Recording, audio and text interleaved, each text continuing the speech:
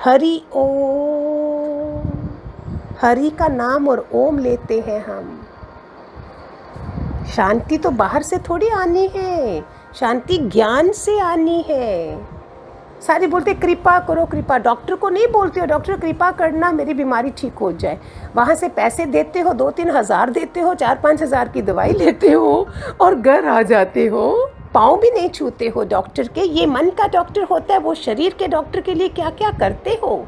फिर दवाई भी पूरी केयरफुली खाते हो। इधर वचन भी नहीं लेना है, आप फेड अप नहीं होते हो, वैराग नहीं लेते हो। इतना काम करना है। जन्म और मृत्यु तेरे हाथ में नहीं है, तुम इसको पकड़ लो, बीच का टाइम संभाल लो। 3 पन्ने बोला था ना, पहला पन्ना भी भगवान के पास है, दूसरा भी भगवान, लास्ट भी भगवान के पास है, बीच वाला मेरे हाथ में है। मैं यही श्वास संसार में गवाती हूँ, जैसे संसार मैं भगवान के उस जानने के लिए गवाती हूँ। सोचो कैसे मन की शांति नहीं आएगी। मेरी प्रार्थना जो भगवान से है, 2 चीज़ें मांगो भगवान, जब मैं जिंदा हूँ सन्मति देना, शांति देना, जब मैं जाऊँ तो मुझे मुक्ति देना। बीच का काम मैं तेरे वचनों से कर दूंगी।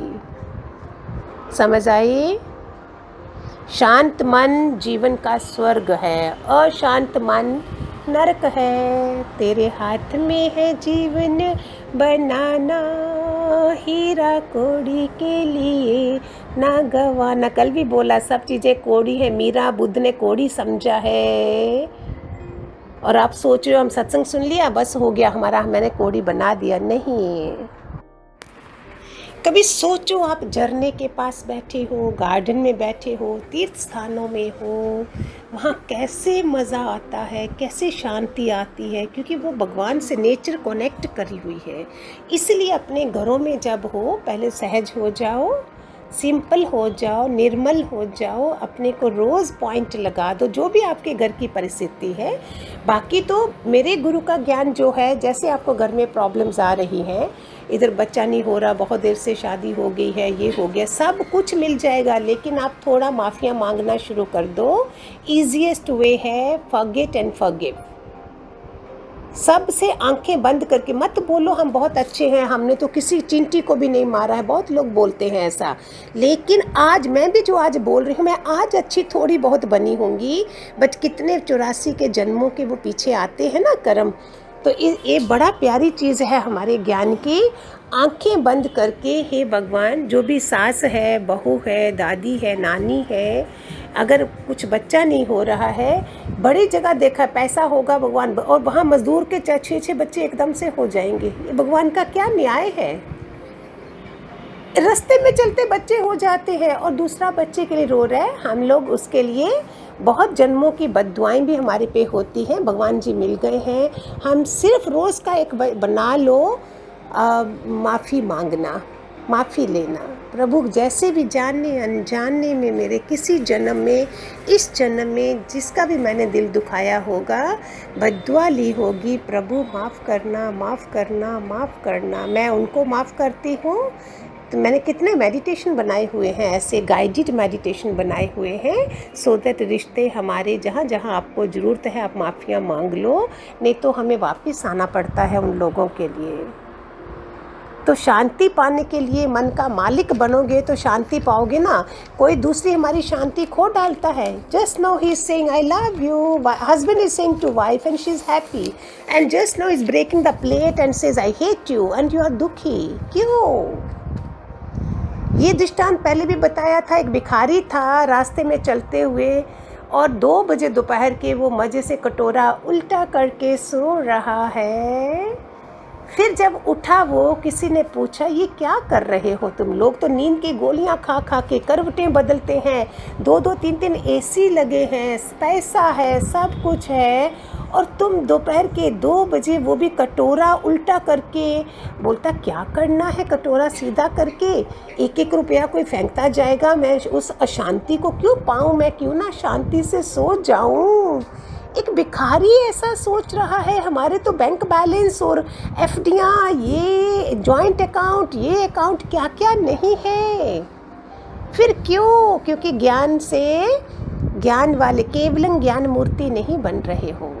मेरे से अगर सुनना है तो मरने से पहले मर जाओ। मरने से पहले प्रे करो सबके लिए, लेकिन अंदर से सोचो आज मैं ज़िंदा नहीं होती तो क्या मैं फील कर रही होती। चाहे घर में कोई भी प्रॉब्लम है, चाहे बच्चा नहीं हो रहा है, बहुत साल हो गए, बच्चा तो देगा, एक छोटे छोटे मोटे लोगों को दे देता है, तुम्हें क्यों नहीं। हमने स्वभाव बदलने हैं।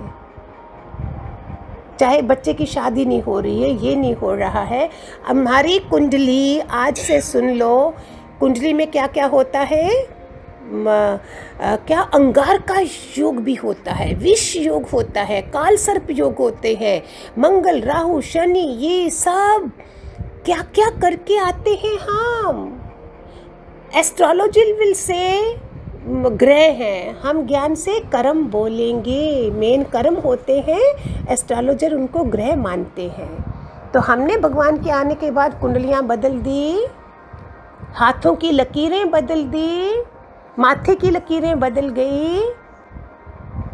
एक और दृष्टांत है बच्चे नहीं होने का, बताऊं आपको।